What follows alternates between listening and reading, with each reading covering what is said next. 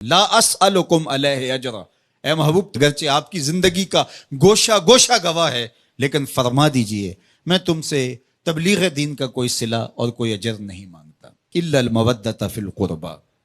लेकिन मैं तुमसे एक चीज का मुतालबा करता हूं और वो ये कि मेरे कराबतदारों से तुमने मोहब्बत करनी है।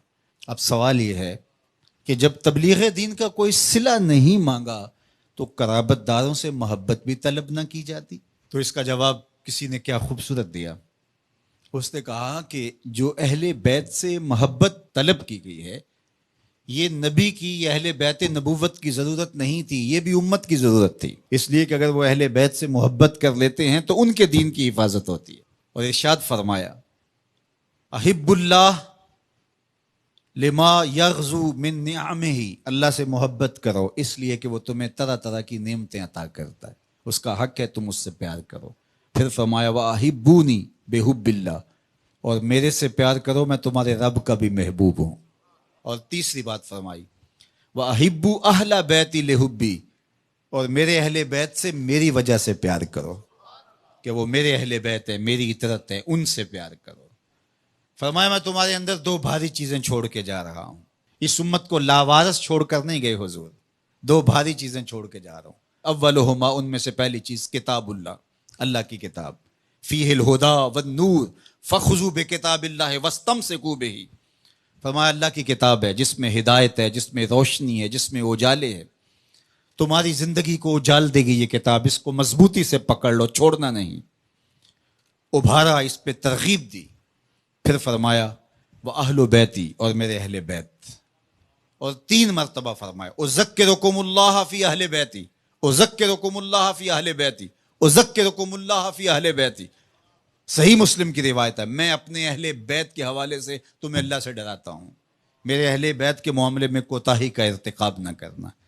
अच्छा, मैं आपसे पूछता हूं, जब कुरान मजीद मौजूद है तो फिर क्या जरूरत थी अहले बैत के दामन को थामने की, तलकीन करने की? एक सवाल खड़ा होता है, क्या किताब हमारी जरूरतों की कफील नहीं, हमारे दुखों का मदावा नहीं, हमारे दर्द का दरमा और हमारे अमराज का इलाज नहीं? जब कुरान इतना काफी है, इतना वाफी है, जरूरतों का इतना कफील है, तो फिर अहले बैत के दामन को थामने की तलकीन क्यों की गई? तो इसका जवाब यह है, एक होता है इल्म, एक होती है उसकी अमली मश्क, एक होती है थ्योरी, एक होता है उसका प्रैक्टिकल। अगर इस्लाम की थ्योरी देखनी है तो कुरान मौजूद है, अगर प्रैक्टिकल देखना है तो करबला के तपते हुए रेगजार में हुसैन इब्न अली का किरदार मौजूद है। दोनों के दामन को मजबूती से थाम लो। और फरमाया कि अगर तुम इन दोनों के दामन पकड़ लेते हो, मैं मोहम्मद जमानत देता हूं सल्लल्लाहु अलैहि वसल्लम कि तुम गुमराह नहीं होगे। यार, मेरे हुजूर ने तो जमानत दी कि इनको थाम लो तो तुम गुमराह नहीं होगे। हम 73 ग्रोहों में बट गए, फिरका फिरका हो गए।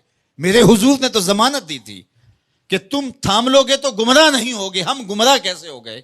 तो साहिब, गुमराह इसलिए हुए, किसी ने कुरान को छोड़ दिया, किसी ने अहले बैत नबूवत के दामन को छोड़ दिया, किसी ने कुरान हाथ में उठा करके दुहाई दी ये कुरान है, और अहले बैत का नाम उसकी तबीयत में पेचो ताप पैदा करता रहा। और किसी ने अहले बैत के नाम की दुहाई दी लेकिन कुरान को तरक कर दिया। तुम्हें मुबारक हो, तुम्हारे एक हाथ में कुरान है, एक हाथ में अहले बैत नबूवत का दामन। दोनों के दामन को थाम लोगे तो तुम कामयाब और बामुराद होंगे। और कहा ये दोनों अलग भी कभी नहीं होंगे। तुम देख लोगे, कुरान सीने के अंदर होगा, हुसैन सीने के ऊपर होगा। तुम देख लोगे कि हुसैन का सर नोके नेजा पे होगा, कुरान वहां भी हुसैन से जुड़ा हुआ दिखाई देगा।